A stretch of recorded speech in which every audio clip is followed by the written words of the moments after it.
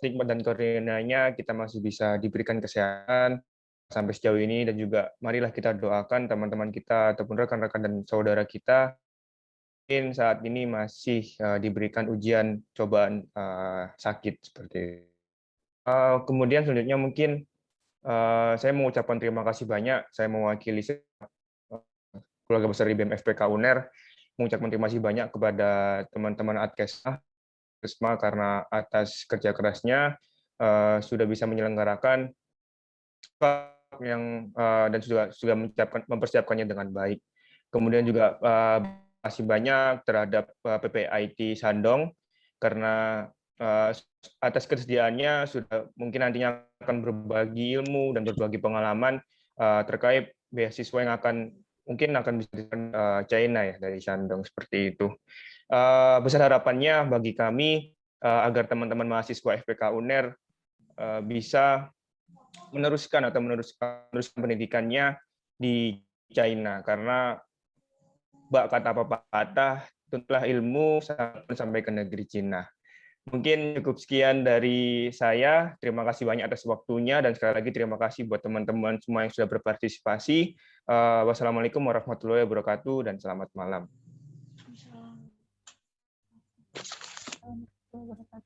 Terima kasih Kak Ardi untuk waktunya.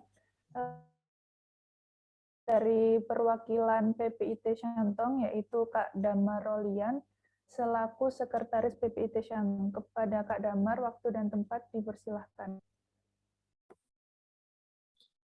Bismillahirrahmanirrahim. Tes suaranya kedengeran nggak? Kedengeran ya. Selamat malam teman-teman sekalian. Perkenalkan, nama saya Damar Lazuardi Rolian, saya dari PPIT Shandong. Langsung saja, saya terima kasih dan atas kerjasamanya di FPK UNER, Fakultas Perikanan dan Kelautan. Saya juga dari FPK, kita satu darah, gitu. Saya ucapkan terima kasih atas kerjasamanya kepada PPIT Shandong juga. Saya keluarga PPIT Shandong mengharapkan bahwa acara ini dapat lancar dan teman-teman juga bisa ibaratnya bisa continue untuk meneruskan berminat untuk melanjutkan studi di China. Dengan hormat pada seluruh keluarga besar FPK UNER yang diwakili oleh Mas A dan dari PPIT yang saya wakili, harapannya agar teman-teman di sini bisa saling berkomunikasi, terus teman-teman di sini bisa sharing, teman-teman di sini juga bisa ibaratnya mengetahui bagaimana caranya kiat-kiat untuk bisa studi lanjut di China kayak gitu. Terima kasih.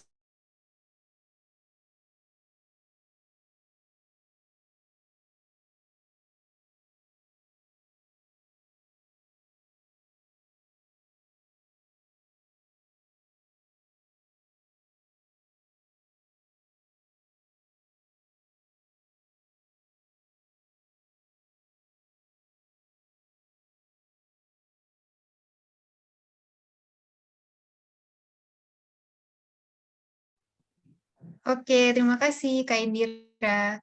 Sebelumnya teman-teman, Assalamualaikum warahmatullahi wabarakatuh. Shalom, Om Swastiastu, Namo Buddhaya, salam kebajikan bagi kita semua. Selamat malam teman-teman semua dan kakak-kakak PPIT Shandong yang sudah hadir di scholarship talk kita pada malam hari ini. Nah, sekarang kita sudah sampai nih di acara yang udah kalian tunggu-tunggu banget pastinya, yaitu pemaparan materi dari kakak-kakak yang sedang belajar di China dengan beasiswa yang mereka dapatkan. Nah, sebelum mulai, aku mau mengingatkan untuk teman-teman semua, kalau sesi tanya-jawab akan kita lakukan setelah pemaparan dari ketiga pemateri kita.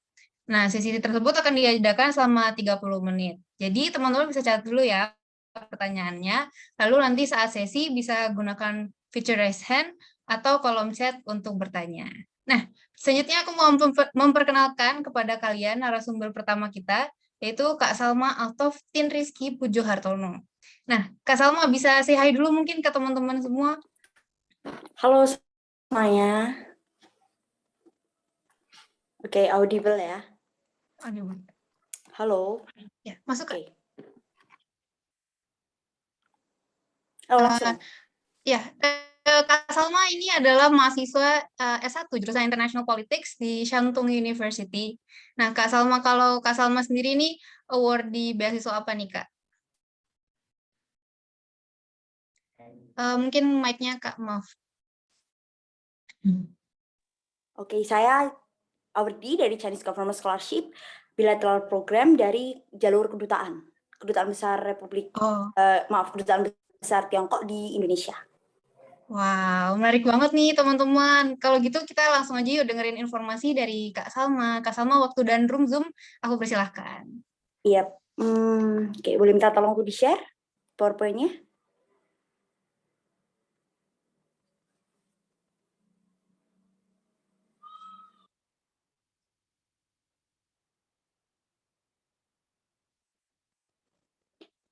Oke. Selamat malam semuanya. Perkenalkan, nama saya Salma Altof Tinis Kebjawartono, bisa dipanggil Salma Altof atau Salma Pujo. Saya berkuliah di Nanjing Normal University dan Shantung University, undergraduate S1 di School of Political Science and Public Administration, jurusan International Politics International Relations, melalui Chinese Government Scholarship untuk bilateral program. Next.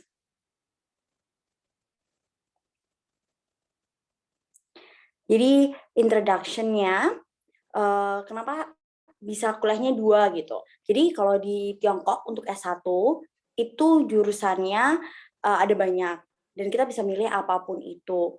Nggak harus jurusan kuliah Mandarin doang, enggak. Tapi memang untuk S1 sekitar 90% itu Mandarin, jurusan Mandarin, dan sisanya teknik, hubungan internasional, ekonomi, international trade, dan lain-lain. Dari introduction itu, kenapa kok bisa 2 Nanjing Normal University atau Shantung University?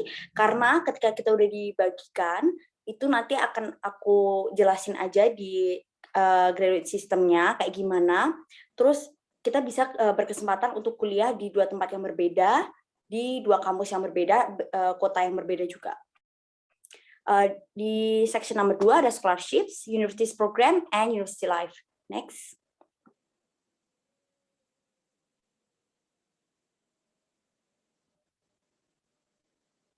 Oke, next aja langsung nomor 2. Oke, jadi aku jelasin di sini langsung ke Chinese Government Scholarship Bilateral Program.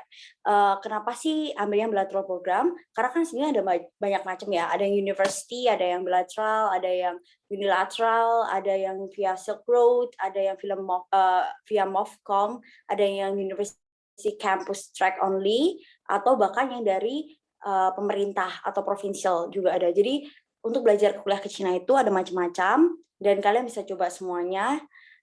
It's free and you don't need to pay also. Okay, next. Oke, ini persyaratannya pertama kalau untuk S1 itu maksimal umur 25 nanti. Oke, ini menurut yang 2020-2021 ya, Chinese Government Scholarship Applications. Jadi yang perlu diperhatikan adalah website. Yang pertama website csc.edu.cn/study in China. Lalu atau di campuschina.org. Nah, ini 2 website yang digunakan untuk login dan kalian bisa register via email kalian masing-masing. Karena nanti ada pemberitahuan atau apapun dari situ. Di situ juga kalian harus submit kayak semua dokumen, upload, terus habis itu nanti di print, lalu diberikan ke submitted to Cultural Office di Embassy of the People's Republic of China di Indonesia. Nah, scholarship-nya itu mencakup apa aja? Itu ada tuition fee atau uang kuliah. Terus kalau S1 itu dikasih 2.500 RMB per bulan. Lalu kalau S2 itu 3.000 RMB atau sekitar 6 juta. Kalau S1 5 juta. Kalau S3 sekitar 3.500 atau sekitar 7 juta up per month. Dan udah dapat free dormitory. Visa dan international travel expense from Indonesia ke China itu sendiri. Kalau S1 di China itu sistemnya 1+4, jadi 5. One year Chinese language preparation sama 4 years. Dan itu S1 itu, kalau khusus S1 itu biasanya hanya untuk diberikan ke via jalur kedutaan. Dia nggak diberikan jalur via university track atau yang lain-lain kayak misalnya S2 atau S3. Karena memang pada umumnya S1 itu via kedutaan, kenapa? Karena full Mandarin. Karena kita nggak diajarin bahasa Inggris yang kayak S2, S3 kamu bisa ikut via bahasa Inggris atau apa-apa. Maksudnya pengajaran sekolahnya English taught. Next. Oke, requirements-nya masih umum ya. Misalnya kalau high school maksimal 25, master 35, and then S3 kalau 40 atau 50. Terus copy pasport, highest diploma, notarisnya juga untuk highest diploma, academic transcript, study plan. Nah, study plan itu penting banget karena S1, S2, S3 itu tetap harus apply pakai study plan. Study plan itu yang menentukan gimana kamu mau ngambil jurusan ini dan lain-lain. 2 rekomendasi letter sama aja, S1, S2, S3 sama. Foreign physical examination form itu tes kesehatan dan harus ngikutin sama yang ada di formatnya yang dikasih kedutaan besar. Pre-admission letter, ini kalau misalnya kita punya misalnya LOA, kalau belum punya LOA juga nggak masalah. Language Ability Certificate, SSK atau IELTS TOEFL, kalau untuk S2 pakai IELTS TOEFL, tapi kalau S1 pakai SSK. Nah, SSK ini High Sweeping Course ataupun kayak menunjukkan Mandarin kita. Kalau kita nggak punya, nggak apa-apa, it's okay. Karena tadi programnya adalah 1+4 atau 5 tahun, atau 1+5 untuk kedokteran, jadi 6 tahun. Nah, kalau misalnya 1 sama 5. Kalau misalnya nggak punya HSK, nanti akan diajarkan sampai HSK 4 untuk 1 tahun language preparation-nya juga, dan itu masih semuanya free. Oke, next. Oke, ini timeline-nya. Yang pertama, Desember Februari, kalian bisa submit via website dulu application form-nya, terus nanti di print, dikirim ke kedutaan. Lalu Februari, bisa langsung Februari kita tunggu dari CSC untuk final review, July Agustusnya langsung ada pengumuman. Nah, nanti biasanya dikasih tahu via email kalau kita keterima atau enggak, sekalian dikasih admission letter atau LOA. Nanti pada umumnya tuh 1 September adalah dimulainya untuk study start in China. Tapi karena S1 ada yang namanya kayak PKKMB atau MOS atau MPS lah sekarang itu namanya. Jadi orientations. Kalau di S1 itu kadang beberapa kita ada yang namanya MOS-nya pakai military. Jadi kayak military education gitu, kayak pakai military. Tapi karena kita international students, jadi boleh ikut boleh enggak. Biasanya nggak ikut nggak apa-apa karena mereka full kayak military untuk 1 bulan. Jadi MOS-nya mereka 1 bulan, baru bulan Oktober gitu. Next. Oke, karena jamnya 10 menit aja. Next, please. Oke, nah, universities and program. Next. Nah, untuk pengen tahu gimana sih rankingnya di China itu, jadi selain kalau kita cuma nyari dari QS, itu ada berapa macam, ada 3 macam untuk pengen tahu rankingnya. Bisa lihat dari Shanghai ranking, tapi kalau di China itu ada namanya World First Class Universities dan First Class Academic, itu dijadiin satu namanya Double First Class University Rank. Kalau di yang ini yang paling terbaru tahun 2015 itu ada 36 school kelas A, terus 6 universities kelas B, dan ada dari sekitar 140 sekolah itu yang double class untuk yang disiplin. Jadi tergantung disiplinnya jurusan kamu di mana. Nah, kalau kita pengen tahu, oke, aku pengen masuk kampus yang di kelas A atau di kelas B yang udah double class, itu bisa lihat dari patokannya di situ rankingnya. Sebelumnya itu dulu ada namanya Project 985 dan Project 211. Kalau yang Project 985 itu untuk yang 500 best universities in the world. Ini Project 985 tuh tahun 98, terus kalau yang Project 211 tuh dibuat tahun 95. Jadi kalau yang terbaru yang double first class university rank, ini kalian bisa cek di Wikipedia pun ada, itu kayak misalnya American, kalau di American Universities kayak Ivy League gitu. Next.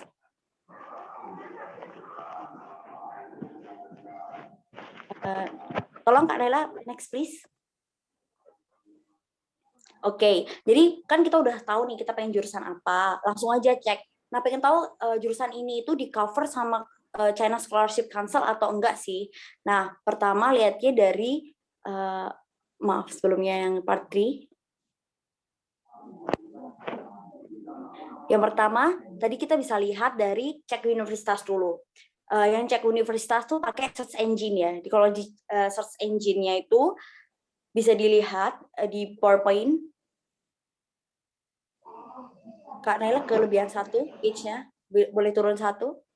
Lanjut 1. Oke.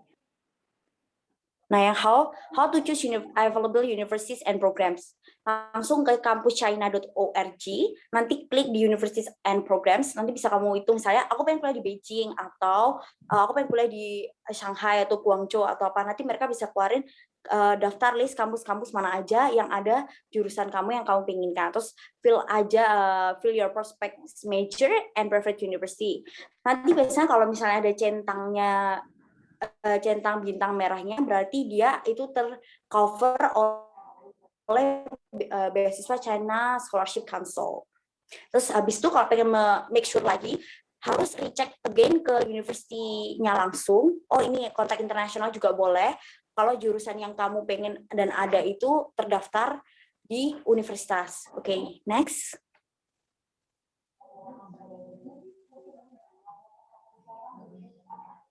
Oh, udah itu. Jadi kalau misalnya kuliah di China untuk S1 dan S2 itu kalian bisa S1 wajib Mandarin. Kalau S2, S3 kalian bisa milih mau Mandarin atau Inggris.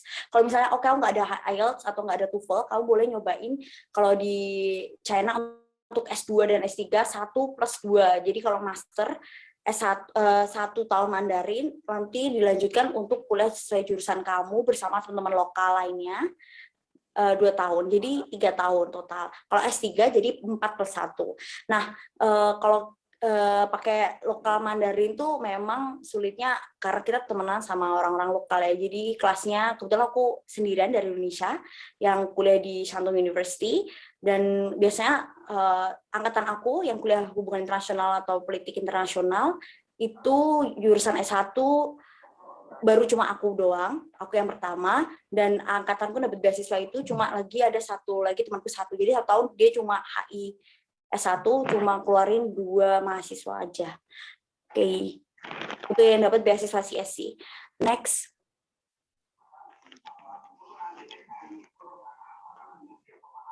Oke, ini university life-nya ada banyak, ada sport class, Chinese culture class, terus nanti ada summer winter holiday, student activities, competitions and tournaments. Oke. Jadi kalau sport class, kalau S1 di China itu, yang kelas Mandarin, itu ada pelajaran olahraga wajib selama 2 tahun. Nah, tergantung sama kampusnya. Kadang kalau wajib itu kita ujiannya lari 3 km sama 800 meter. Terus kalau yang Chinese culture class, karena kita dapat bahasa Mandarin, tapi tetap ngikutin kelas Chungko Gaikwang ataupun pemahaman tentang Tiongkok lebih lanjut. Summer winter holiday kan libur biasanya bulan Januari Februari, ataupun yang summer. Kalau summer di Shantou University bisa ngikutin summer school. Jadi aku udah nyobain summer school sama Delaware University di Amerika Serikat. Karena kebetulan ini online, jadi ngikutin selama 2 tahun di sekolahnya alumni sekolah universitas alumninya sama kayak Joe Biden. Biasanya beberapa kampus bakalan open, jadi nggak cuma kayak oke aku kuliah di China doang, terus pengen juga nyobain exchange ke kampus Cina lainnya, tapi kita juga bisa nyobain ke kampus-kampus luar negeri lainnya yang punya hubungan kerjasama sama kampus kita di China. Student activities ada banyak, kayak ada kayak misalnya ada UKM gitu. Kebetulan aku ikut UKM catur, UKM nyanyi, ya UKM catur sama UKM nyanyi aja. Competition and tournaments di kampus juga banyak, ada turnamen dan lain. Aku ikut juga turnamen catur se-Tiongkok, terus ataupun main kartu lah atau apa, ada banyak competitions dia punya. Jadi macam-macam. Terus trips and fun. Nanti trips and fun tuh nggak cuma capek-capek belajar. Kalau aku dulu bahasa itu belajarnya dari jam 8 pagi sampai 9 malam. S1 juga sama, jam 8 pagi sampai 9 malam. Jadi programnya itu jam 8 sampai jam 12 selesai, setengah 2 sampai jam 6 selesai. Nanti ada kelas malam lagi. Kalau di Tiongkok nggak ada kelas pagi siang malam, tapi misalnya nggak ada, biasanya pagi aja atau sore aja gitu nggak, tapi biasanya kelasnya berlanjutan sampai malam. Terus nanti kita balik ke dormitory, ngerjain PR, tidur lagi. Jadi yang penting kuat mental aja. Kalau misalnya untuk S1, kalau S2 itu lebih enak lagi karena jadwalnya lebih sedikit. Tapi kalau yang teknik banyak prakteknya, Terus lebih banyak fun-nya juga karena banyak yang kosong. Tapi kalau yang S1 lebih padat karena ikut kurikulum lokal gitu. Next.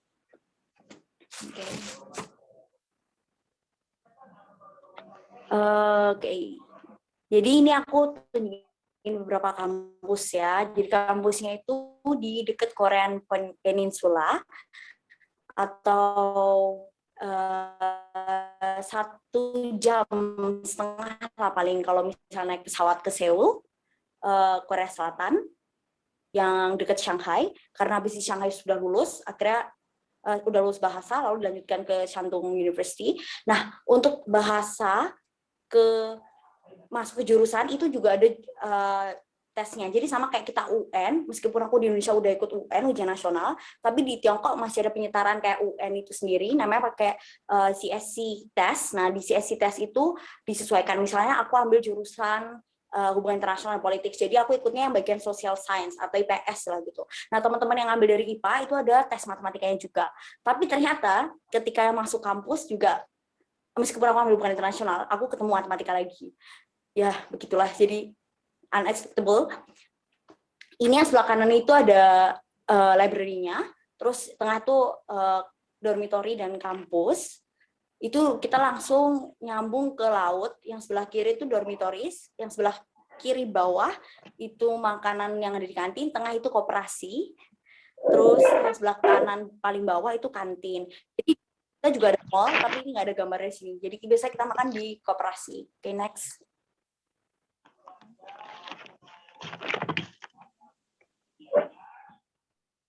Kak Naila belum minta tolong next.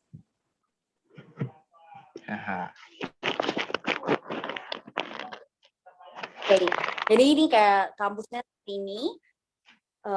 Ini tadi yang foto di sebelah kanan ada perpustakaan. Jadi aku ngambil tiknya foto ini dari perpustakaan waktu malam. Maaf, boleh ke atas. Terus yang sebelah kiri itu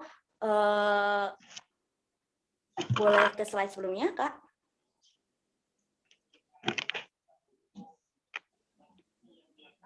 Jadi kalau yang di sekolah di Tiongkok itu tetap aja kayak beberapa kampus, meskipun kita IPA atau IPS, bakalan tetap ketemu matematika dan olahraga karena itu kebutuhan dasarnya. Komputer juga pasti wajib.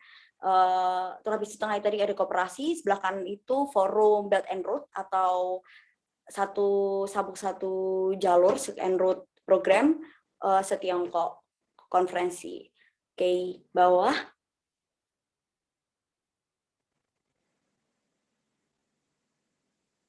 Oke, boleh next, Kak. Nah, ini beberapa acara. Jadi kalau di Tiongkok itu biasanya ada bulan olahraga. Bulan olahraga itu biasanya waktunya dipakein untuk PPT slide sebelumnya.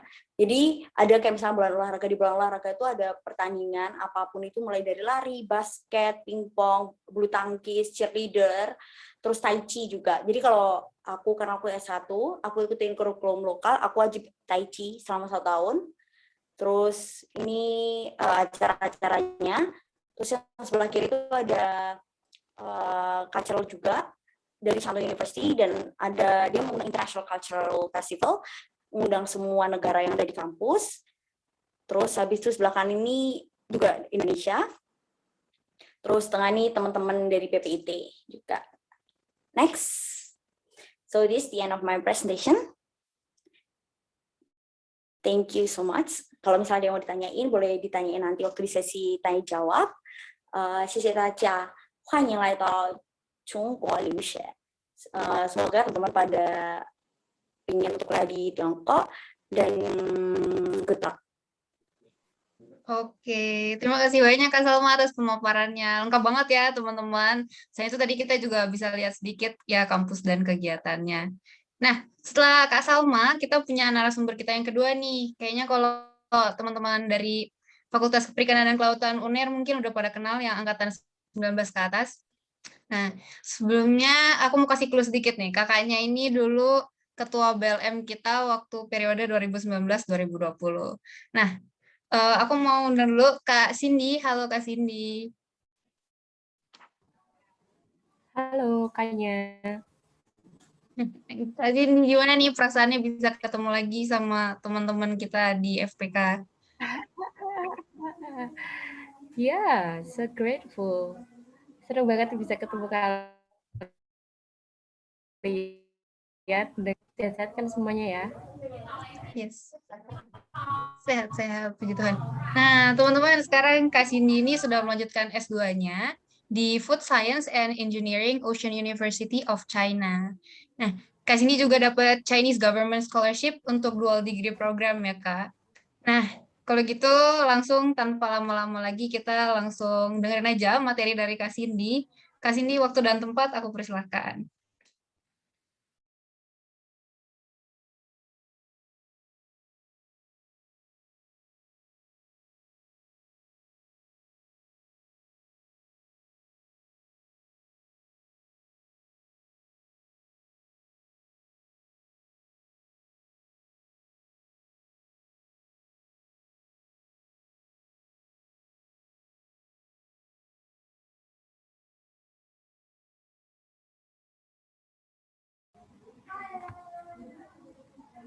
Oke, halo.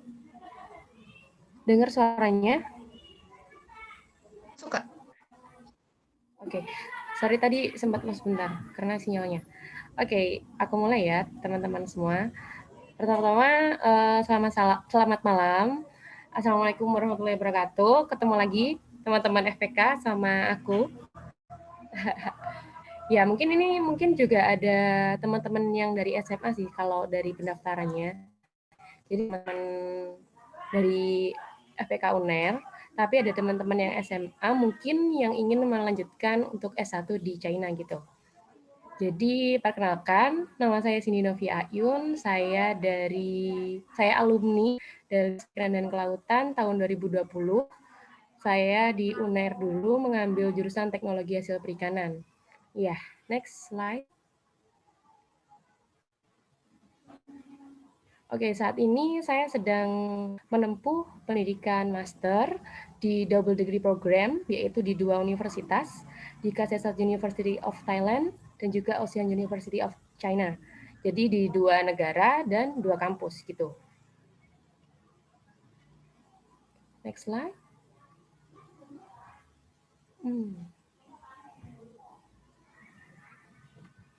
Oke, ya ini sedikit informasi dari saya. Ya, saya benar dulu mantan alumni Badan Legislatif Mahasiswa di Fakultas Perikanan dan Kelautan.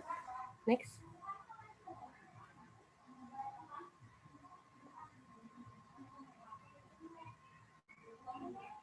Ya, tentunya teman-teman tanya sih dari anak-anak kenapa mostly mereka akan tanya kenapa kok Cina?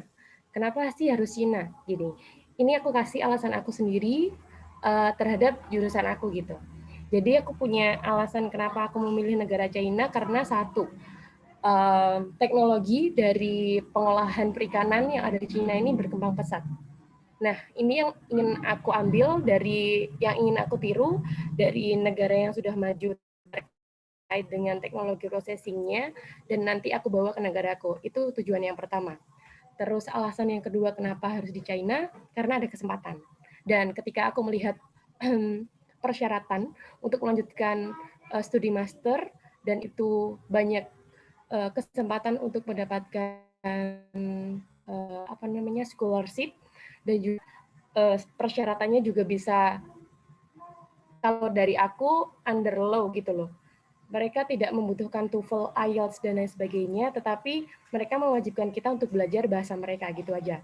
Itu yang dulu kenapa aku ngambil chance untuk bergabung di kuliah ngambil master di Kasetsart University dan juga Ocean University of China ini gitu. Next.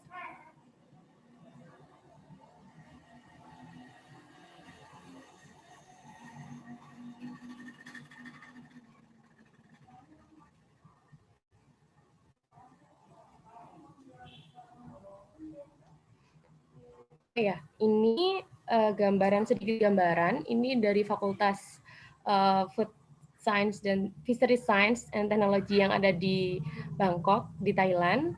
Yang sebelah kanan itu, yang di Singtao itu punyanya Ocean University of China. Jadi nanti kalau lulus gelarnya itu ada 2, dari Thailand ada sendiri dan dari Ocean University China juga ada sendiri kayak gitu. Tapi kebetulannya karena ketika saya masuk dulu, ketika saya masih semester 7 itu pendaftarannya, saya semester 7 apply, terus memastikan bahwa di akhir semester 7 saya sudah yudisium. Di situ di semester 8 jadi saya sudah masuk ke program seleksi gitu. Nah, dari situ sayangnya di akhir tahun 2020, 2021 itu kemarin kita dapat pandemi seperti ini. Jadi sampai saat ini saya belum pernah ke Ocean University of China. Tetapi kemarin saya tahu program ini karena kebetulan kampus kita, Fakultas Perikanan dan Kelautan, punya kerjasama dengan KSESAT ya. Ketika dulu saya di sana untuk penelitian 1 bulan, itu saya dapat informasi dari profesor yang ada di sana bahwa ada program ini gitu, dan diinformasikan dan dipersilahkan untuk mendaftar kayak gitu.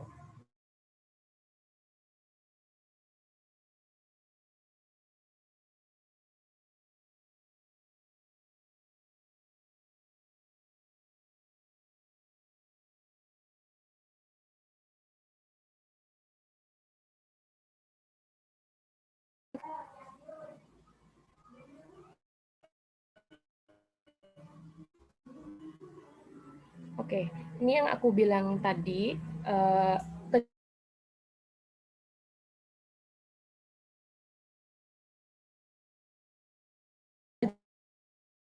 jelasannya sih bagaimana program di kasih tadi ikut di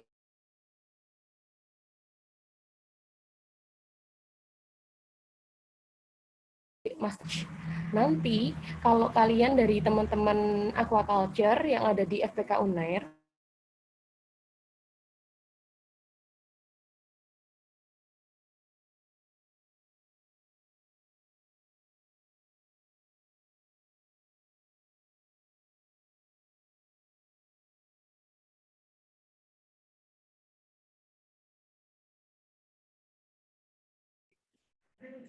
Halo Kak Cindy. Oh, mungkin sedang ada kendala jaringan, kita tunggu sebentar ya teman-teman. iya benar ada kendala jaringan, sorry. Udah dengar lagi nggak? Sudah masuk lagi Kak. Oke, kembali lagi ya. Ya, kalau di KSESAT University, aku ngambil di Master of Science-nya karena masuk di Fisheries Science and Technology. Terus kalau di Ocean University, aku masuk di Masters of Engineering karena aku Aquatic Product Engineering, kayak gitu, Aquatic Product Processing and Storage. Nanti kalau teman-teman aquaculture itu bisa masuk master degree kalau kalian berminat, itu kalian di Ocean University of China-nya itu masuk di Master Degree of Agriculture, gitu. Terus nanti medicine juga ada untuk microbiological and biochemical pharmacy gitu. Nah, kalau programku ini S2 biasanya kan normally mereka ambil 2 tahun, tetapi karena ini double degree, jadi programnya itu selama 3 tahun, di mana di semester pertama, ini semester pertama di KSESAT University of Thailand. Jadi ketika aku masuk semester pertama itu, aku sudah di akhir semester 8. Jadi ketika aku mau sidang di semester 8, itu mengurusi wisuda dan sebagainya, itu aku udah masuk kuliah di KSESAT University of Thailand, kayak gitu. Terus nanti di akhir semester juga kuliah lagi di KSESAT University of Thailand. Nah, sekarang ini aku sedang menjalani second semester di Ocean University of China, kayak gitu. Tapi masih online karena keadaannya masih seperti ini, kayak gitu teman-teman. Terus next.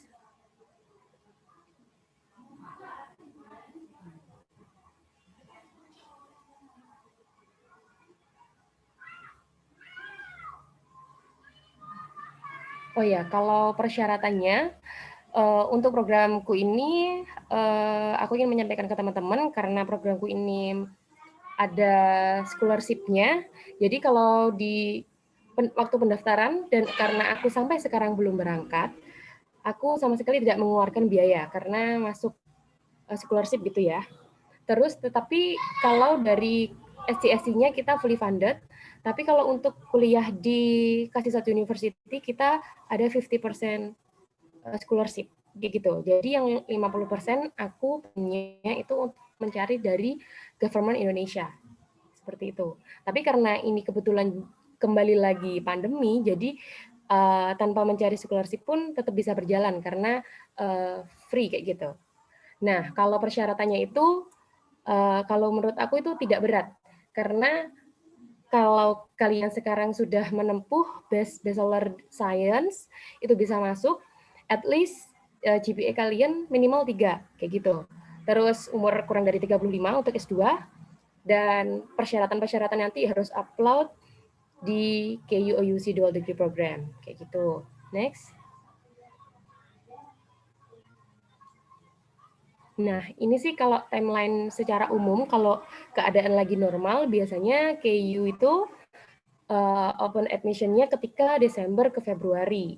Terus nanti setelah seleksi administrasi dari Kasihtat University, itu kita dipanggil first interview-nya dengan profesor yang ada di Kasihtat University aja, kayak gitu. Terus nanti di interview juga sama teman-teman yang dari Thailand dan negara lain, Malaysia juga. Terus nanti dari situ dari puluhan 70, 40 sampai berapa gitu, nanti dipilih. Kalau kemarin aku 13 orang. Dan sebenarnya dari Indonesia itu terpilih 2 orang, tetapi yang 1 orang mengundurkan diri. Jadi tinggal aku aja yang dari Indonesia, yang 11 yang lainnya itu dari Thailand, kayak gitu. Terus setelah disaring dari first interview-nya, itu diserahkan ke OUC. Di sini kita diinterview ulang oleh Profesor KU dan OUC bersama-sama. Jadi mereka sebenarnya menanyakan study plan kita. Makanya yang dibilang sama narasumber yang pertama tadi, study plan itu sangat penting karena memang buat apa sih tujuannya kita kuliah, itu yang sangat dipertanyakan. Dan aku masih ingat pertanyaan yang paling menohok itu ketika apa yang sudah kamu persiapkan untuk kuliah di Cina, sedangkan kamu tahu jam kerja di sini sangat panjang, seperti itu. Kayak gitu. Nah, itu yang mungkin perlu kalian persiapkan dari sekarang kalau kalian tertarik untuk kuliah di Cina, yang dibilang sama narasumber yang pertama tadi bahwa memang kegiatannya padat seperti itu. Terus selanjutnya results. Next. Nah, kalau resultnya tadi itu terkait dengan penerimaan yang ada di kampusnya aja. Jadi belum terkait dengan scholarship-nya. Setelah itu kita bisa mengajukan aplikasi buat scholarship, itu mengisi di kampuschina.org kayak gitu. Itu pun banyak sekali persyaratannya, mungkin nanti teman-teman bisa lihat di website. Tapi sekali lagi saya informasikan bahwa persyaratannya itu lebih bisa dijangkau oleh kita daripada yang menggunakan IELTS dan lain sebagainya seperti itu untuk CSG ini. Informasi dari saya kayak gitu. Terus baru dari CSG itu nanti ada pengumuman dari scholarship-nya. Tetapi karena dalam program Kasihtat University dan Ocean University of China ini, mereka adalah universitas yang udah kerjasama dengan CSG. Jadi mostly orang yang sudah masuk di seleksi OUC itu mostly akan keterima di scholarship-nya CSG ini, gitu. Nanti kalau udah ada informasi, terus kelasnya bisa dimulai. Next.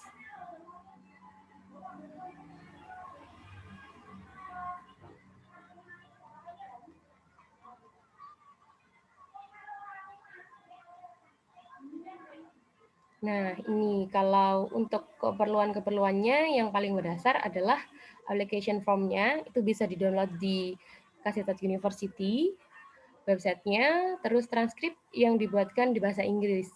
Kemarin itu bisa diproses di kampus, terus pasti tentunya paspor dan color foto. Next.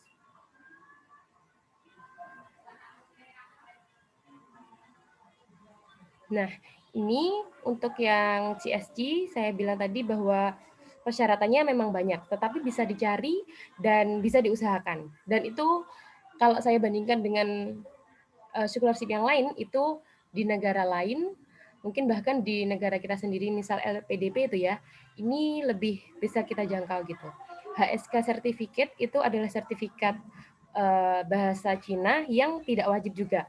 IELTS dan TOEFL certificate ini adalah poin plus. Kayak gitu. Jadi sertifikat bahasa di sini adalah poin plus, bukan mandatory kayak gitu. Jadi poin plusnya di sini. Kalau teman-teman merasa bahwa tesnya IELTS itu terlalu mahal atau kemampuannya yang memang belum sampai sana, bisa coba scholarship ini gitu. Next. Nah, ini detail scholarship dari CSG yang sebenarnya saya juga belum merasakan, tetapi menurut informasi yang saya dapat bahwa biaya untuk pendidikannya 1 tahunnya itu sekitar 29.000 yuan, itu sekitar 63 juta ya kalau 2.200.000. Nah, segitulah. Kalau dirasa cukup, itu kalau saya hitung itu sudah cukup, meskipun saya belum mendapatkannya karena saya sekarang masih online kayak gitu. Next.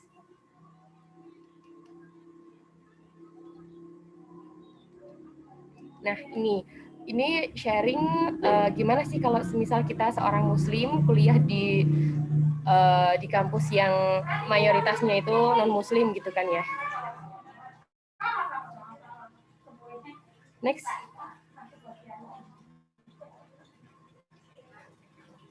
Ini di next aja foto-fotonya karena waktunya udah habis. Gampang banget cari makanan halal di Thailand juga di China, jadi nggak usah bingung kayak gitu. Next, di next aja. Nah, ini untuk di China juga ada di Moscow, ada banyak halal food juga gitu. Dan komunitasnya sangat mendukung dari PPI-PPI-nya gitu. Ini sharing online kelas saya yang biasanya saya hanya di depan layar. Mereka sangat atraktif juga, tidak bisa seperti kayak kelas kalau kita cuma diem aja itu nggak bisa, pasti ditanyain. Itu yang membuat kita terus terpacu kayak gitu. Next.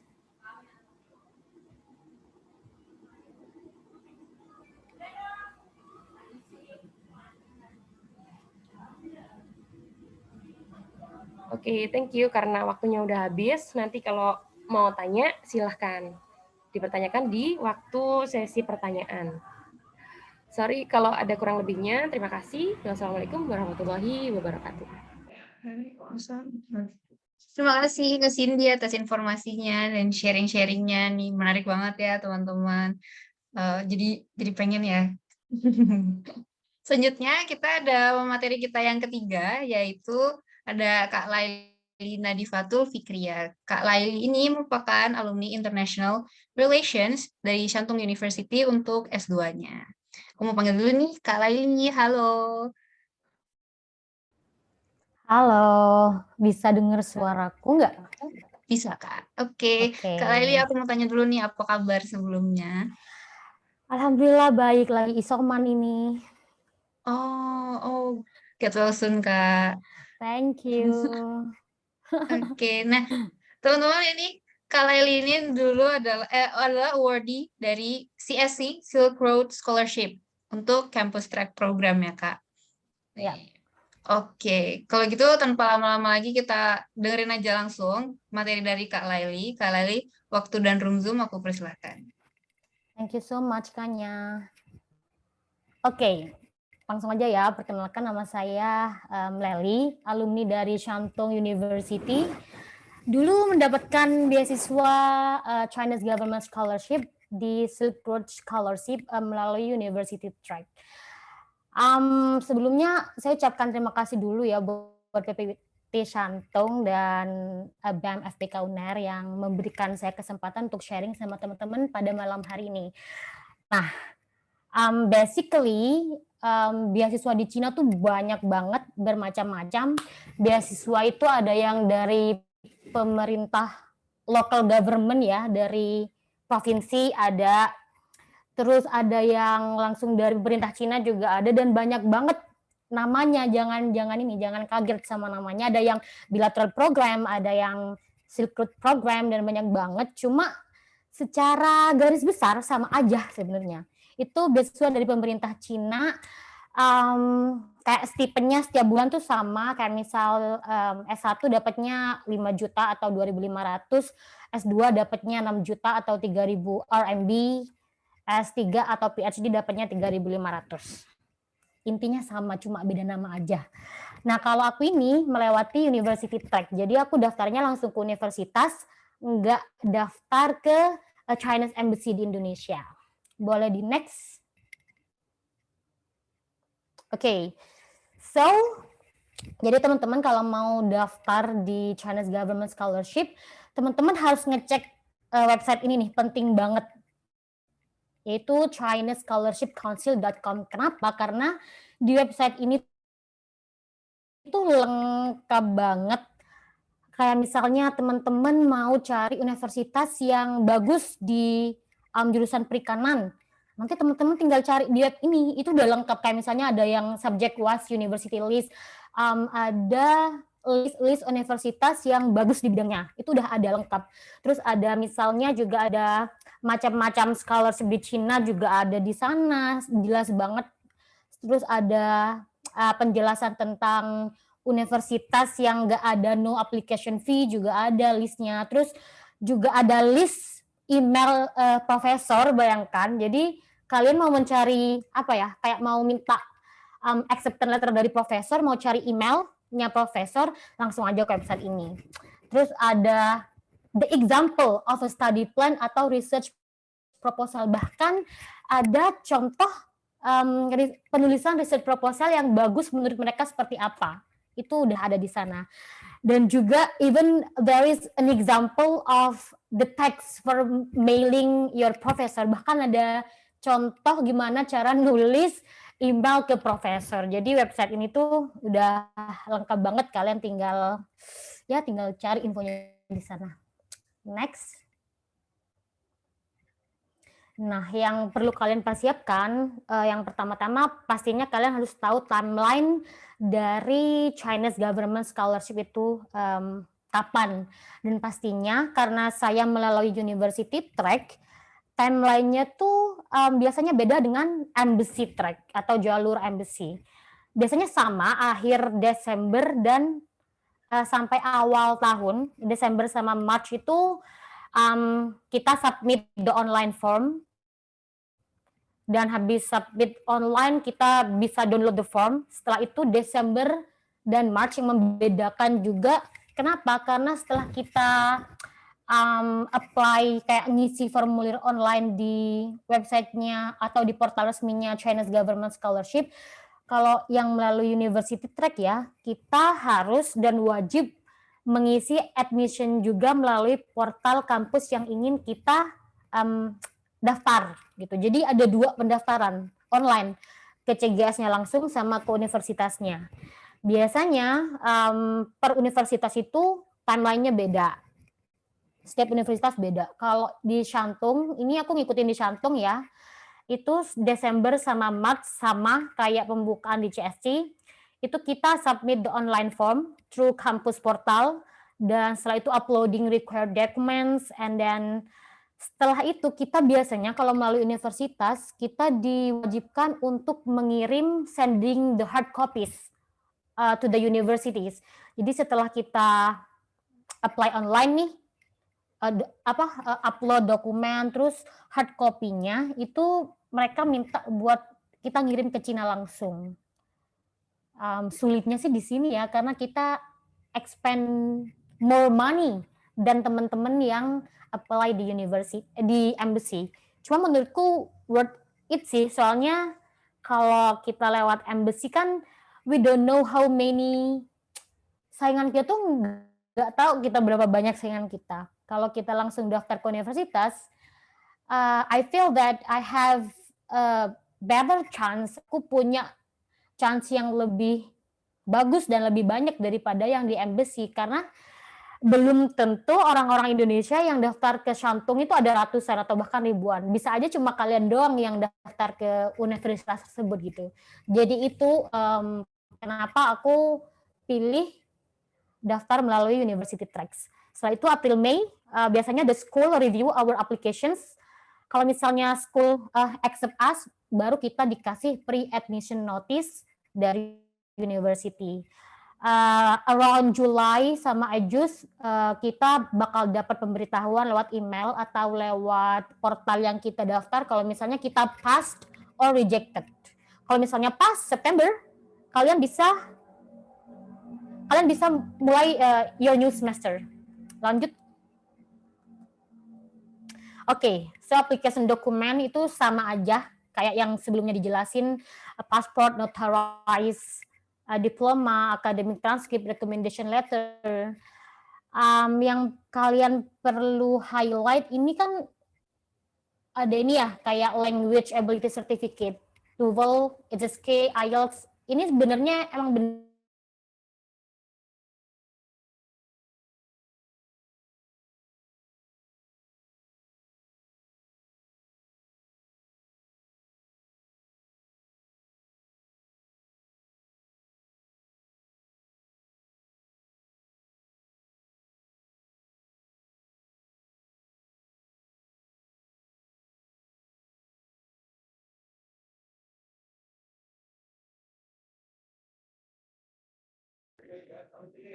Halo Kak Laila. Oke, kita tunggu sebentar ya teman-teman, mungkin ada kendala signal.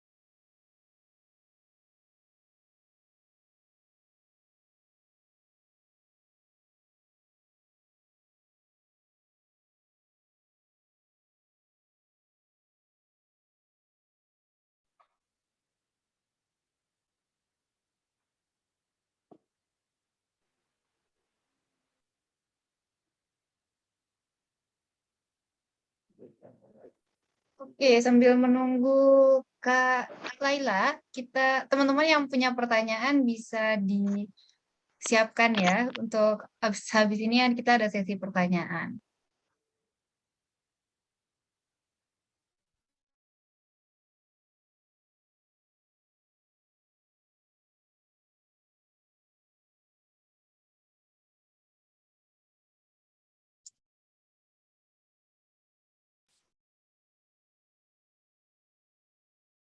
Nah, untuk ini ada yang bertanya apakah nanti ada channel YouTube atau platform lain untuk menonton kembali siaran ulang, nanti ada ya, teman-teman.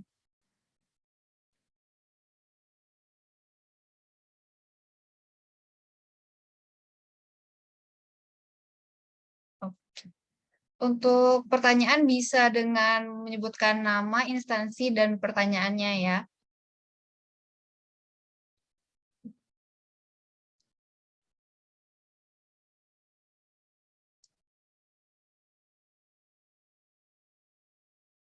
Lalu sehabis webinar ini juga nanti PPT-nya akan di-share dan bisa lanjut juga tanya-jawab sama kakak-kakak narasumber dan kakak-kakak PPIT di grup Telegram-nya.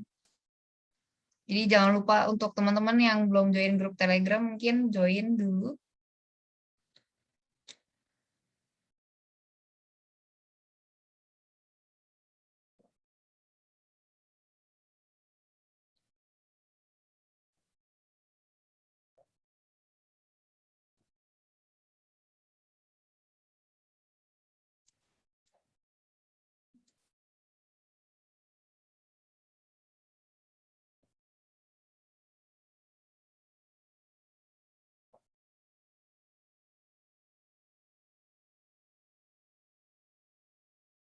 Oke, kalau gitu kita mungkin bisa, ini ada beberapa pertanyaan yang udah masuk dari teman-teman. Mungkin nanti kita bisa lanjut sesinya Kak Lailinya.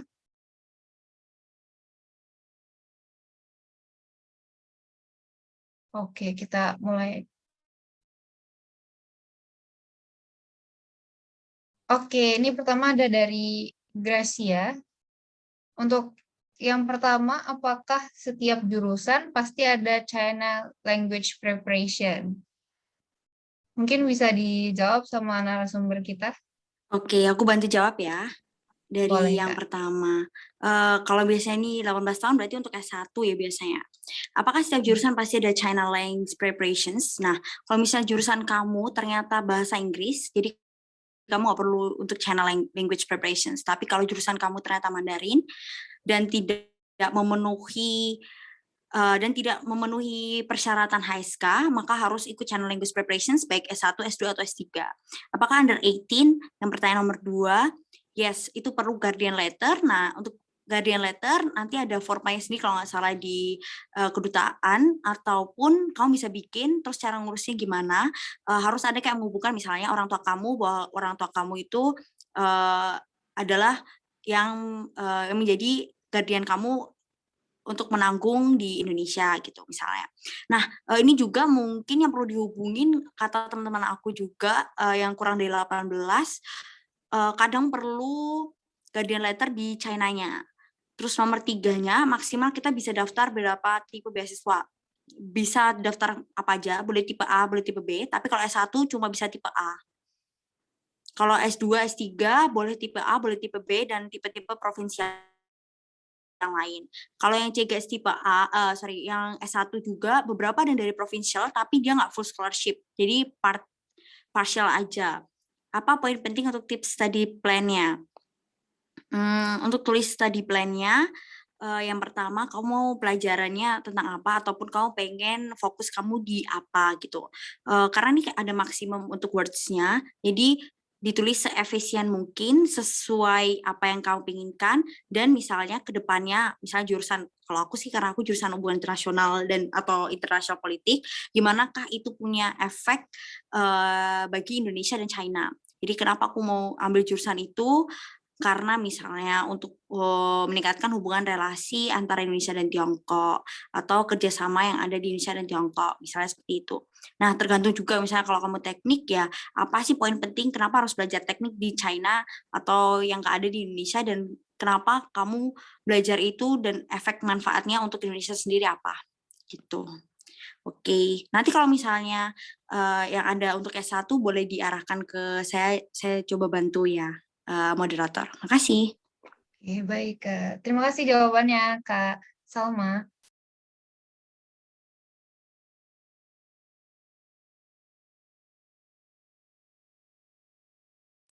Selanjutnya ada lagi nih, Kak, untuk S1.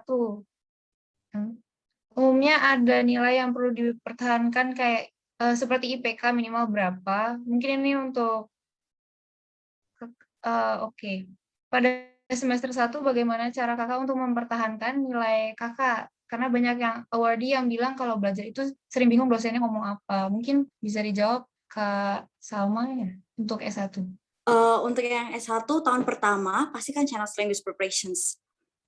Yang paling sulit sebetulnya waktu di tahun pertama sama tahun pertama masuk ke jurusan. Karena tahun pertama itu kita belajar sama international students, di mana kalau orang Indonesia mungkin masih agak oke lah ya dibandingin international students lainnya. Jadi belajarnya harus benar-benar strict karena 8 to 9, jam 8 pagi sampai jam 9.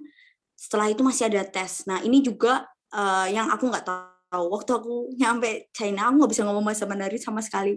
Jadi aku ngomong cuma pakai bahasa Inggris sama bahasa Indonesia. Terus sampai sana nggak tahu kalau ternyata ada tes lagi. Setelah udah belajar bahasa Mandarin, dikiranya akan lulus langsung masuk ke jurusan, ternyata pakai tes 2 kali. Di tes final CSC sama tes lagi untuk lihat di kampus jurusannya.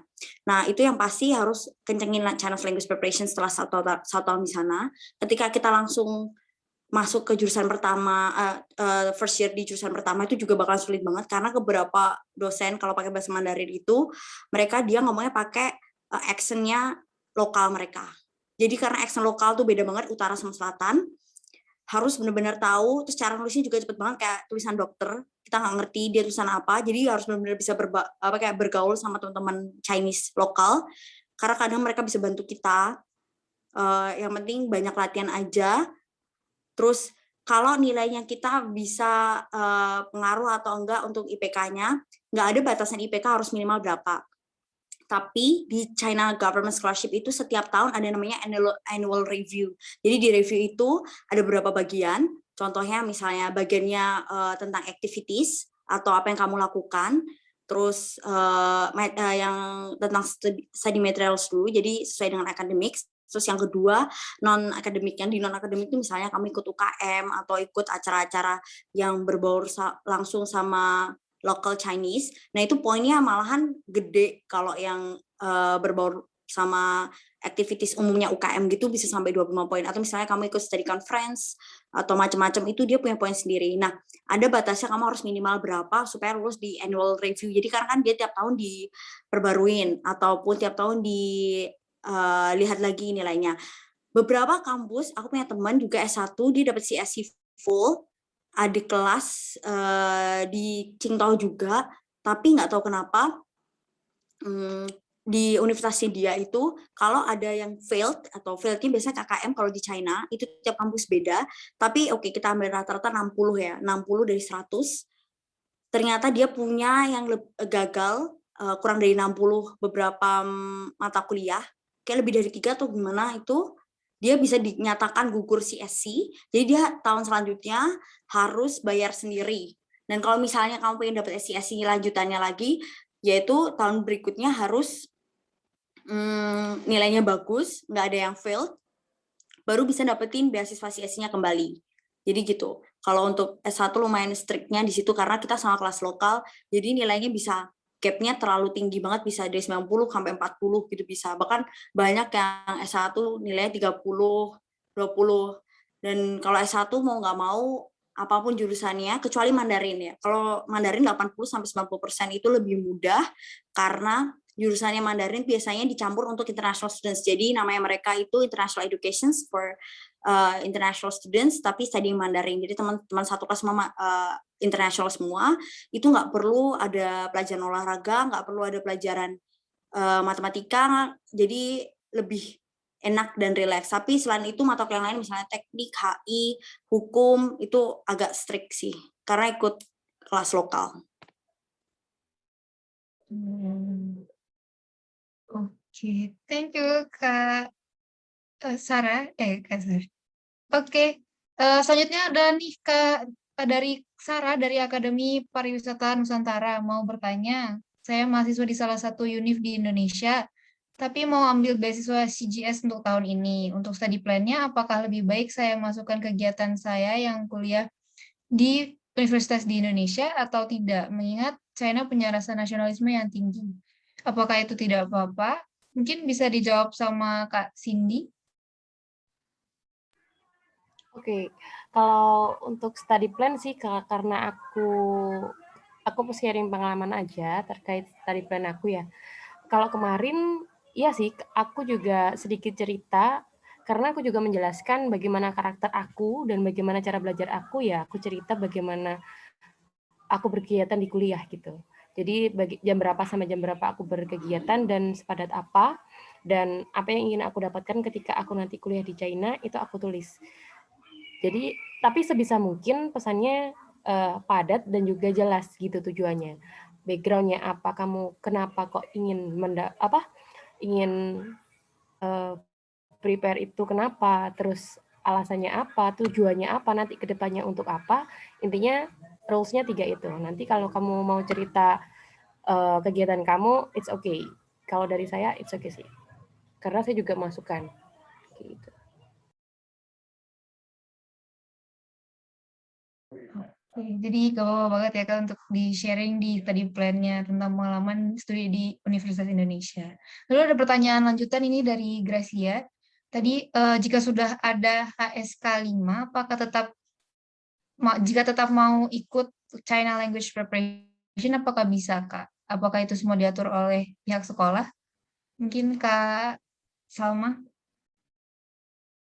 Ya maaf, boleh diulangi lagi soalnya saya nggak nemu chatnya tadi pertanyaannya yang mana. Oh ini, jika sudah punya HSK 5, tapi jika mau tetap ikut China Language Preparation, apakah bisa? Apakah itu semua diatur sama pihak sekolah, Kak? China Language Preparation itu diatur sama kedutaan besar. Jadi waktu aku daftar, aku nggak tahu kalau aku bakal ditaruh di Nanjing dulu, baru ditaruh di Shantung. Itu semua diatur sama pihak bukan pihak kedutaan besar di pihak sesinya. Jadi kalau misalnya kamu punya HSK 5, kamu bisa nggak usah ikut China Language Preparations, langsung masukin aja. Tapi kalau misalnya kamu pengen ikut preparations, China Language Preparations, nanti tergantung sama admission letter yang kamu dapetin. Kalau admission letter kamu tulisannya tanpa perlu, jadi nggak perlu gitu. Terus S1 juga universitasnya itu kayak milih 3 jurusan, pilih 1 jurusan, 3 universitas, tapi universitasnya itu hampir semuanya bisa berubah. Jadi misalnya aku pergi ke Shantung University ini, aku nggak milih jurusan Shantung University, aku milih jurusan hubungan internasional, tapi kampusnya bukan Shantung University.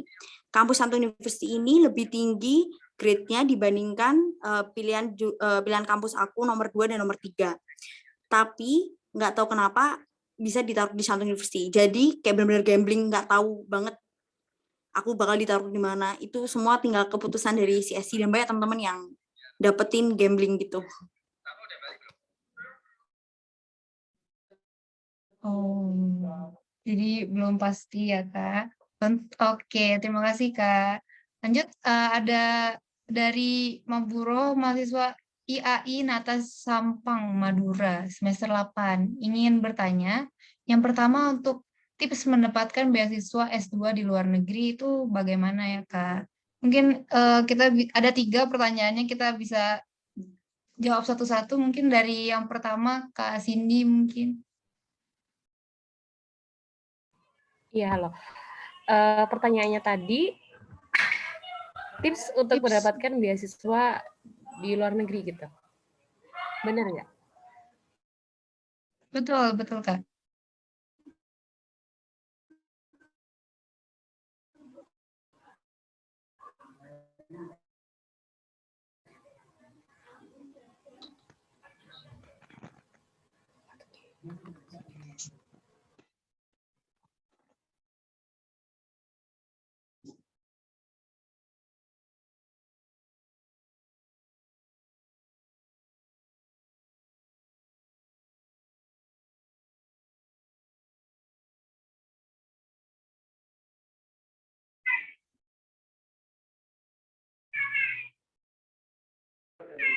Apa, Kak Pe? Cindy. Mas Pi. Mas Pi. Mbak, tadi aku cancan loh, Mbak. Ya udah, sini, Pe.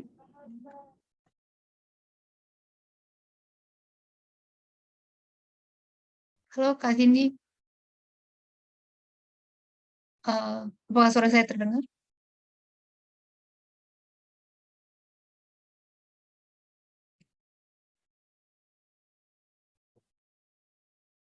Oke.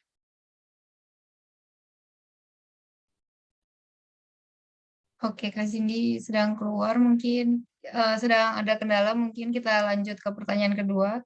Bagaimana jika bahasa Inggris kita belum mumpuni untuk memahami setiap bahasa di kampus atau negara? Mungkin Kak Salma bisa bantu jawab lagi.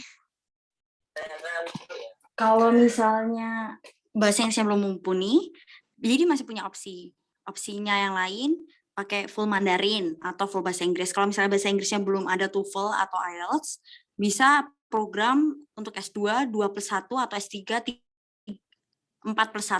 Jadi harus 1 tahun preparation program dulu di China Language, tapi nanti jatuhnya ke kelas lokal. Tapi ya kalau S3 juga sama kayak gitu. Tapi kalau misalnya pengen yang full Mandarin, full bahasa Inggris, jadi tetap harus menyertakan IELTS atau TOEFL. TOEFL atau IELTS-nya tergantung sama persyaratan dari universitas yang tuju. Misalnya kalau misalnya Peking University, Tsinghua, Shantung itu bisa lebih dari 7 IELTS, band 7 gitu. Jadi semua tergantung sama universitas yang mau dituju.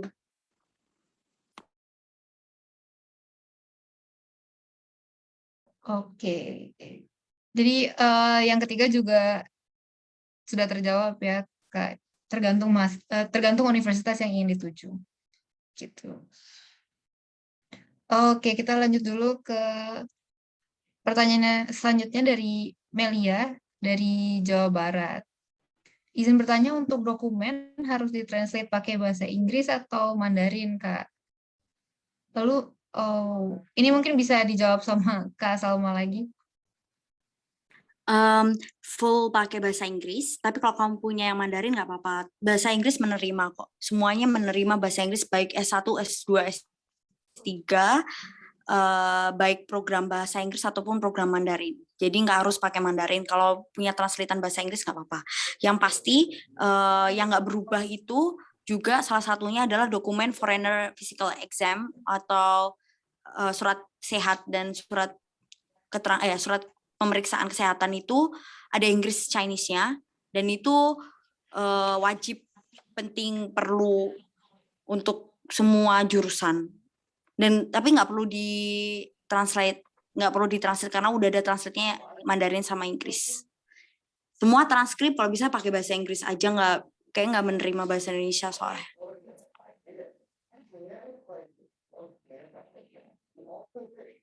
Terus tadi dari Melia ada tadi pertanyaan lagi satu, maaf.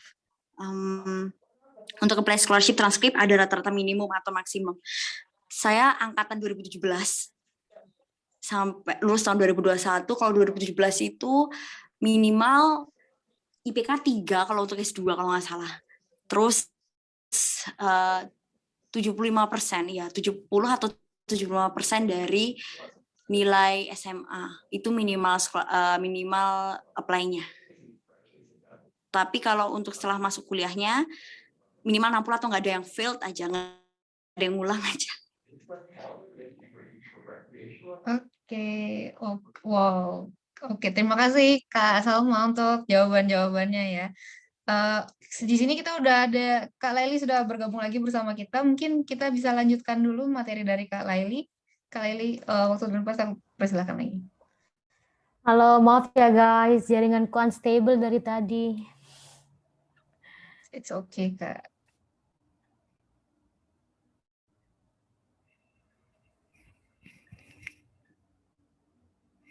Langsung aja ya ke yang tadi. Oke, ini. Mungkin teman-teman dari tadi udah banyak yang nanyain ya. Masalah transkrip, nilai, ijazah itu semuanya harus dalam bahasa Inggris atau dalam bahasa Cina. Dan pastinya harus notarized translator. Jangan translate abal-abal gitu ya. Terus apa ya? Oh ini nih yang penting banget nih menurutku, kayak misalnya language ability certificate. Kalau misalnya teman-teman nggak punya HSK TOEFL atau IELTS, kalian bisa minta surat keterangan dari kampus kalian kalau misal kelas kalian dalam bahasa Inggris. Itu bisa menjadi pengganti sertifikat bahasa. Dan oh ya, aku ngelihat terbaru yang 2021 itu ada non-criminal record report. Kalau dulu bagianku tuh masih optional ya. Kalau sekarang tuh kayaknya udah mandatory. Jadi kita kayak ngelampirin SKCK. Dulu aku juga pernah ngurus kalau kita ini harus langsung ke Polrestabes di Surabaya ya, kalau yang di Jawa Timur. Jadi kalau misalnya kayak yang di kabupaten tuh nggak bisa. Jadi langsung ke Polrestabes Surabaya. Langsung aja, next. Oke, so aku mau nyampaikan ke teman-teman kalau misalnya getting scholarship itu bukan suatu yang proses yang instan. Jadi perlu, kalau aku minimal 3 months before the application aku udah ngelengkapin semua persyaratan. Atau bisa 6 months before the application open aku udah menyelesaikan atau melengkapi semua persyaratan yang dibutuhkan. Oke, lanjut. Jadi jangan nyiapin besok deadline, nyiapinnya sekarang, yang nggak bakal bisa diterima. Dan selanjutnya tahapannya itu yang pertama kan filling the online application ya melalui portal ini. Itu ada 3 macam nih beasiswa Cina. Yang pertama ada Type A. Type A itu kalau kalian apply beasiswa melalui Chinese Embassy di Indonesia. Ada Type B. Type B itu kalau kalian apply via university, atau Type C atau through other resources. Jadi sebelum waktu kalian filling the online application, itu kalian milih dulu Type A, Type B, atau Type C gitu. Kalau Type A berarti kalian dari daftarnya lewat embassy. Kalau Type B daftarnya lewat universitas dan seterusnya. Next. Oke, how to apply via university track. Yang pertama pasti kalian harus mencari universitas dulu yang kalian pengen dan bagus di bidang kalian ya. Ingat, yang bagus di bidang kalian. Setelah itu kalau bisa nih kontak profesor dari universitas. Itu kayak ngasih kalian poin plus nanti waktu review dari pihak CSC.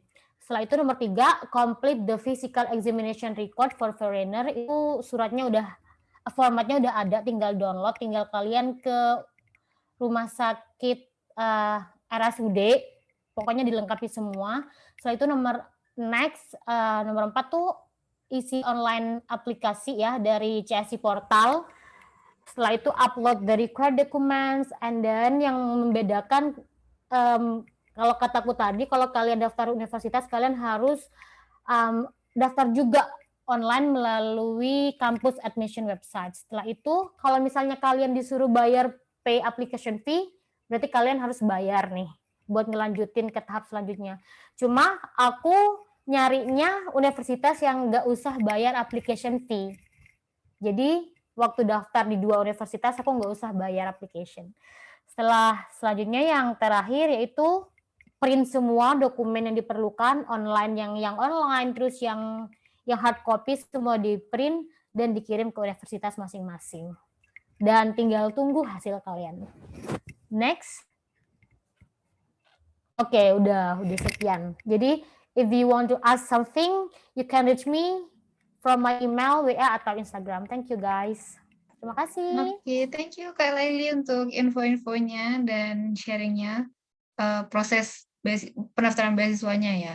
Kalau gitu, aku lanjut lagi dengan sesi tanya jawabnya. Teman-teman juga bisa raise hand ya, pakai fitur raise hand dan langsung ngomong, mungkin lebih enak supaya 2 arah. Gitu. Ini dari Sarah tadi. Oh, maksudnya yang buat ngambil S1 Kak, untuk study plan buat S1-nya. Mungkin Kak Salma bisa bantu jawab lagi.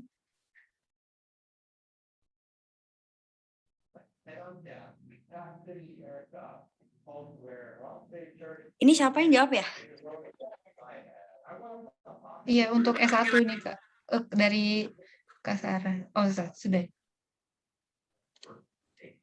Untuk S1, untuk study plan buat S1. Mungkin tadi Kak Cindy sudah jawab untuk yang S2. Oke, study plan untuk S1 pertama lihat di jurusannya dulu. Kalau misalnya jurusannya udah, buka websitenya jurusan, buka website fakultasnya. Nah, nanti di situ kelihatan kan jurusannya dia punya apa aja. Terus dibaca full range-nya, full text-nya juga tentang jurusannya itu tentang apa aja. Biasanya ada silabusnya. Nah, nanti dari silabus tuh bisa ketahuan kan, misalnya semester pertama belajar apa, semester 2 belajar apa, semester 3. Dicari topik yang menurut kamu itu sesuai sama yang kamu pengenin. Misalnya kamu pengen jurusan teknik sipil. Nah, kamu pengen kenapa sih pengen teknik sipil kalau yang bagus di Cina, di Wuhan University misalnya. Oh, karena banyak lulusan dari teknik sipil di Wuhan yang bangun, jadi kebanyakan kayak teknik orang-orang teknik itu dari Wuhan gitu. Nah, terus bisa dilihat di situ silabusnya tentang apa aja. Yang penting sesuai sama yang kamu minatin, passionnya dulu. Jadi kalau misal kamu kuliah di China, nggak sesuai sama jurusan yang kamu pengenin, banyak anak-anak S1 Indonesia yang baru kuliah bukan dari beasiswa Tiongkok tapi beasiswa parsial dan lain itu langsung drop out di tahun yang sama, padahal baru mulai kuliah 6 bulan, karena nggak ngerti ternyata jurusannya nggak sesuai sama yang dia pengenin, gitu. Terus yang pertama sih, kamu tahu dulu kamu pengen jurusan, pengen ngapain. Terus tadi tips yang kedua, kamu harus jelasin kenapa kamu pengen masuk ke 3 universitas yang kamu pilih tadi dalam satu jurusan. Itu penting. Terus misalnya kalau kamu pengen kuliah di Nanjing, kenapa sih kamu pengen kuliah di Nanjing? Itu juga bisa nambah poin. Terus yang selanjutnya lagi, poin terakhir harus ada manfaatnya, kenapa harus dapat beasiswa ini. Jadi why you deserve this scholarship? Apakah ini punya hubungan antara kamu China dan Indonesia? Apakah ada benefits-nya China ke Indonesia? Meskipun China sendiri nggak punya kontrak kerja. Jadi setelah lulus dari China itu bisa langsung kembali ke Indonesia, atau pengen kerja di China juga bisa. Dan dia nggak ada ikatan kerja.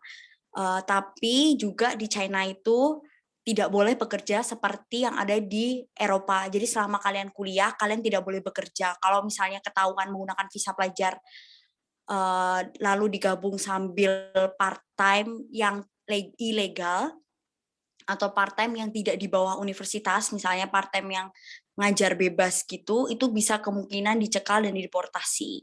Karena mereka hukumnya sangat strict. Aku pernah lihat sendiri tentang tentang kayak bagaimana mereka ketangkep dan lain-lain. Jadi ketika kamu nulis di study plan-nya harus tegas. Misalnya kalau kamu pengen balik ke Indonesia, kamu harus ngomongin kenapa kamu pengen balik ke Indonesia, ataupun kenapa kamu pengen tetap lanjut di China. Misalnya aku belajar tentang teknik informatika, di mana China tuh teknologi tentang informasi komunikasinya kenceng banget, bagus banget.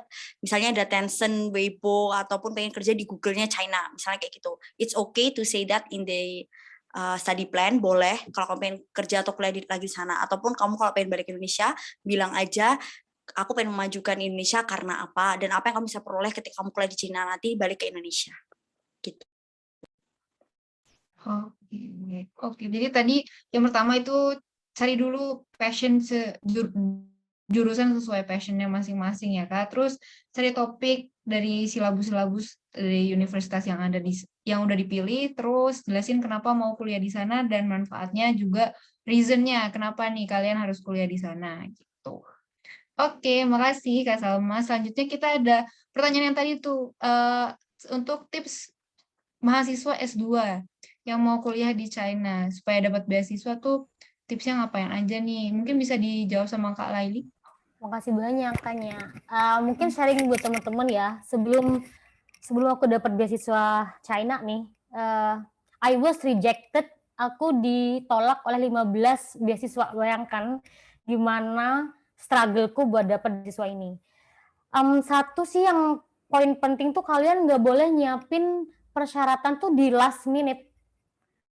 Jadi kalian harus benar-benar nyiapin persyaratannya itu 3 bulan bahkan 6 bulan sebelum beasiswanya open misal, karena ada ini kan, ada kayak study plan, research proposal, itu poin penting yang apa ya, gimana sih kalian menjual diri kalian sendiri biar mereka tuh admit, oh iya ini anak ini pantasnya dapat CSC gitu kan. Jadi kan kalau buat study plan itu butuh waktu nggak sehari 2 hari ya. Aku 3 bulan nyiapin study planku sendiri. Aku bener-bener nge-research misal kampus mana yang bagus buat aku kenapa pilih jurusan itu. Jadi di study plan aku membuat menjabarkan permasalahan di Indonesia yang seharusnya dengan aku belajar di Cina dan di jurusan itu aku menjadi problem solving nih buat Indonesia. Seperti itu.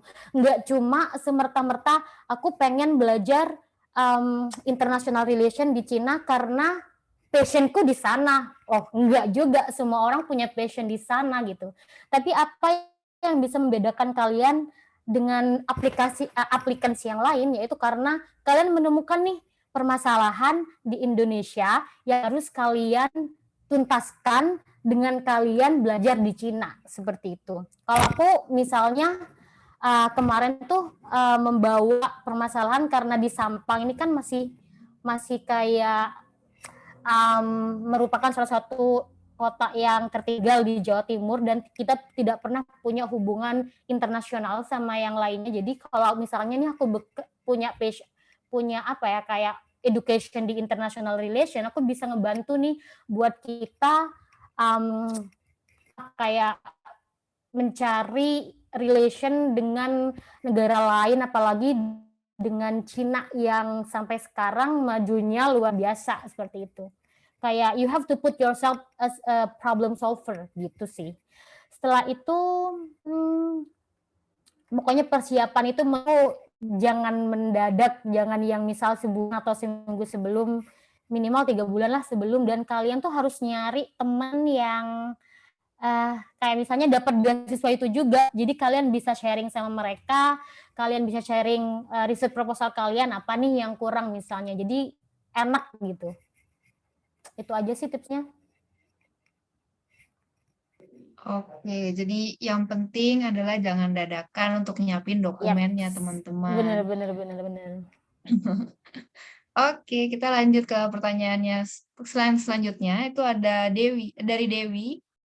Kak Dewi ini bertanya mengenai belajar di 2 univ. Nah, ini pasti akan mengalami pro dan kontra. Oh, misalnya bentrok di jam kuliah atau tugasnya double, jadi kurang waktu istirahat. Gimana tips kakak untuk manajemen waktu dan membuat kakak enjoy ngelewatinnya? Sehingga membuat orang berasumsi ternyata belajar di 2 univ itu seru juga ya, seperti itu. Kak, mungkin bisa dijawab sama Kak Cindy? Oke, thank you Kak. Thank you yang udah tanya. Jadi aku jelasin dulu ya, sebenarnya kalau belajar di 2 univ ini bukan dalam artian kita daftar satu sendiri di satu univ tertentu dan daftar satu sendiri di universitas lain kayak gitu. Tetapi ini sudah diprogram, jadi tidak akan ada gesekan dari mata pelajaran atau mungkin nanti waktu yang memberatkan kayak gitu. Dari program aku sendiri itu mereka dari 2 universitas yang ada di Thailand sama China itu dia sudah bekerja sama kayak gitu. Jadi yang aku bilang tadi di semester pertama aku di Thailand, semester kedua sampai ke 5 aku di China, dari semester ke-6 nanti kelulusannya nanti di Thailand lagi gitu.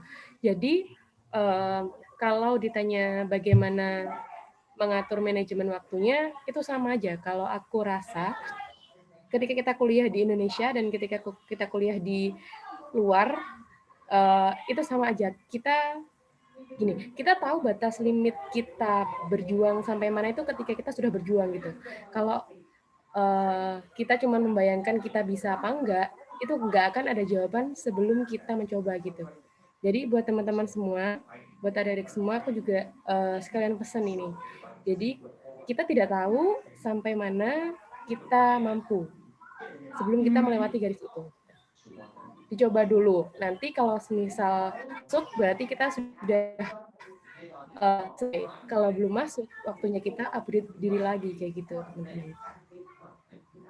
Gitu sih. Nggak ada yang sulit kalau tidak dibuat sulit. Gitu. Hanya bisa. Wow, oke. If you never try, you never know gitu ya, Kak? Yes. Oke, lanjut. Ini dari Kak Revi Lelita. Untuk kalau ikut program belajar bahasa Mandarin sampai HSK 4, Apakah bisa untuk apply CSC maupun campus track? Kondisi kita yang ada di sana. Jadi kita belajar bahasa China di sana untuk S1. Mungkin bisa dibantu jawab untuk dari Kak Salma untuk S1. Kalau untuk S1 misalnya udah belajar HSK di China ya? Berarti tadi. Udah belajar masa Mandarin sampai HSK 4. Oh, udah selesai sampai HSK 4 terus Uh-uh. mau lanjut S1 pakai CSC bisa. Kalau teman aku ada sih, dia udah selesai HSK 4 terus dia cobain apply CSC tahun selanjutnya bisa. Karena udah dapat HSK juga kan, meskipun waktu awal universitasnya nggak pakai beasiswa mungkin ya. Terus mau nyobain, maaf bentar, kayak salah terima deh. Kalau misal kita ikut program belajar bahasa Mandarin sampai SK 4, apakah bisa untuk apply CSC ataupun kampus track kondisi kita ada di China. Jadi kita belajar bahasanya di China untuk S1. Ini belajarnya kalau memang yang beasiswa S1, itu HSK-nya sampai HSK 4 memang di China, jadi langsung semuanya di China 1+4. Terus kalau memang kamu udah punya HSK 4, itu bisa apply CSC, walaupun sekarang kamu misalnya kamu udah selesaiin course bahasa doang di China, bayar sendiri, self-funded HSK 4, terus mau apply tahun selanjutnya untuk CSC bisa. Setauku bisa sih. Gitu. Okay. Jadi kemungkinan besar bisa ya, Kak. Oke, terima kasih Kak Salma. Oke, lanjut ke pertanyaan berikutnya. Ada dari Kak Hanafi dari UAI ingin bertanya, jika sudah selesai S1 Mandarin dan ingin melanjutkan S2 di Shantung, apakah di Shantung dan sudah melampirkan HSK 5, apakah bisa belajar lagi bahasa Mandarin selama setahun? Dan di Universitas Shantung, apakah ada jurusan pendidikan bahasa Mandarin internasional, Kak? Mungkin bisa Kak Laili?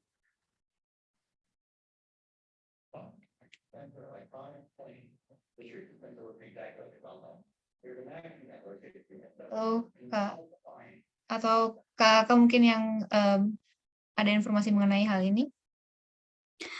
Ini di Shantung University ya. Kalau di Shantung University, bisa, jadi gini, kalau misalnya udah selesai S1 Mandarin, mau lanjutin S2 di Shantung, udah punya HSK, jadi nggak perlu Mandarin 1 tahun. Karena udah punya HSK 5, kecuali kalau expired ya. Tapi kalau ternyata diterima dan harus mengulang lagi preparation program untuk 1 tahun, yes, bisa. Nah, di Universitas Shantung, apa ada jurusan pendidikan bahasa Mandarin internasional? Ada. Jadi, di Shantung University ada 3 kampus, Shantung di Qingdao, Weihai, sama Jinan. Kalau 3 kampus ini tergantung fakultasnya kamu ada di mana. Kebetulan fakultas aku di pendidikan bahasa Mandarin internasional yang khusus course doang untuk 1 tahun aja, atau yang full untuk S1, S2 ada, ataupun yang cuma summer school atau yang winter class aja, ada semua. Terus di sini apa bisa yang dimaksud apa bisa lagi untuk belajar Mandarin selama 1 tahun itu tergantung kebijakan waktu kamu apply. Kalau kamu apply bisa kasih HSK 5 dan belum expired, kemungkinan langsung loncat di S2-nya 3 tahun. Kalau pakai Mandarin 3 tahun ya S2 itu. Terus juga, atau kalau kamu pengen cuma belajar bahasa Mandarin aja, bisa daftar bukan beasiswa CSC, tapi daftar beasiswa CIS atau Confucius Institute. Dari Confucius Institute nanti di situ scholarship bisa belajar Mandarin khusus full, dan dia lebih punya banyak kuota untuk jurusan pendidikan bahasa Mandarin internasional. Terima kasih. Oke, wow. Thank you so much nih Kak Salma. Ada banyak banget pertanyaan tentang S1-nya juga ya Kak. Oke, karena di kolom chat sudah habis pertanyaannya, aku mau kita sudah sampai di penghujung acara. Terima kasih untuk Kak atas materinya, jawabannya. Dan terima kasih juga untuk Kak Salma, Kak Cindy, Kak Laila untuk segala sharing pengalamannya. Semoga bisa bermanfaat dan menjadi motivasi bagi teman-teman bagi teman-teman semua. Nah, sebelum kita tutup acaranya pada malam hari ini, mungkin dari kakak-kakak ada closing statement dulu buat teman-teman, mungkin pesan untuk teman-teman semua. Mungkin boleh dari Kak Cindy. Oke, kalau dari aku sampaikan dulu terima kasih buat teman-teman BEM FPK UNER yang sudah berkenan dan antusias mengadakan acara ini. Dari PPIT Santong juga terima kasih. Kalau untuk teman-teman semua, semangat. Mungkin dari teman-teman semua yang saat ini masih sudah prepare, atau mungkin teman semua yang stage-nya masih dalam stage keinginan, atau sudah menuliskan cita-cita plan kedepannya mau seperti apa, semanapun kalian harus tetap berusaha gitu. Dan dicoba aja. Kalau yang lain bisa, kenapa kalian enggak? Dan sedikit bocoran dari saya, kalau kalian ingin kuliah di Cina itu enak gitu. Scholarship-nya juga enak dicarinya gitu. Kalau dari saya itu lebih enak daripada negara lain gitu. Dan satu lagi dengan pesan bahwa yang kalian tuju adalah jurusan yang memang baik di negara itu. Bukan karena gengsi, bukan karena apa-apa, tapi memang benar-benar kalian ingin belajar. Seperti itu. Untuk bahasa Cinanya nanti bisa dipelajari sambil jalan ketika kita kuliah. Dan sekarang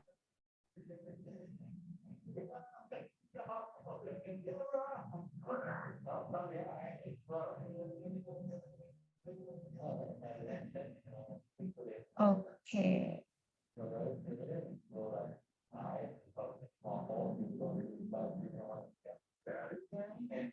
Oke, terima kasih Kak Cindy. Untuk selanjutnya mungkin Kak Salma bisa lanjut untuk kasih closing statement dan pesan buat teman-teman semua. Untuk teman-teman semua, terima kasih hari ini telah datang di acara Scholarship Talk PPIT Shantung dan dari UNAIR. Terima kasih semuanya udah sabar mendengarkan, dan kalau ada pertanyaan bisa langsung ditanyakan di Instagramnya PPIT Shantung. Dan kalau pengen juga tahu tentang kayak gimana, bisa cek-cek juga di PPIT Tiongkok.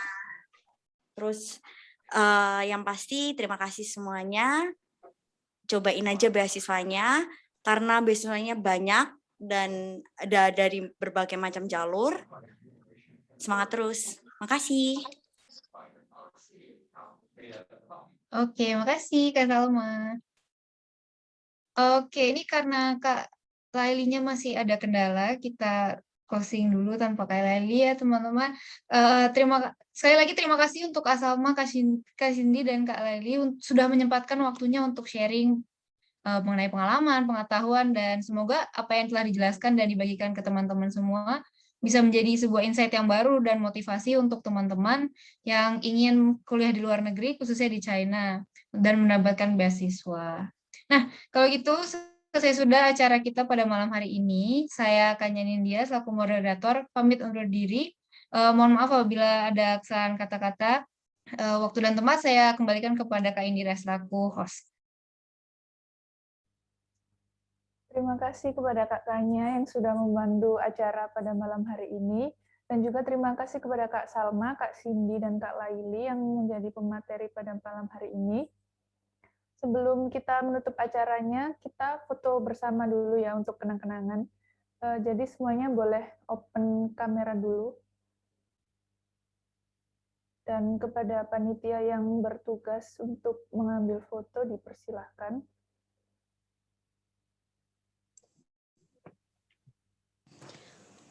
Oke, teman-teman, jumlahnya ada 3 slide ya. Untuk slide yang pertama, 1, 2, 3. Oke, untuk slide kedua, 1, 2, 3. Untuk slide terakhir,